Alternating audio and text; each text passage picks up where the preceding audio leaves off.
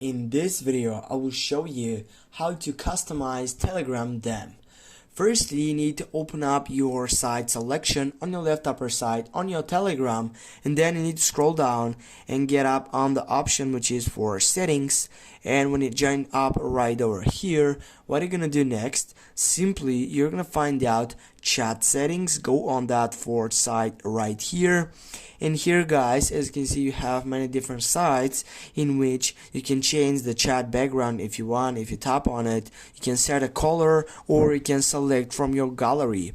If you go from your gallery, you can take up the right one which is related onto your interest, then go on the text side, go by motion or simply blurred. I will go by motion and go set background.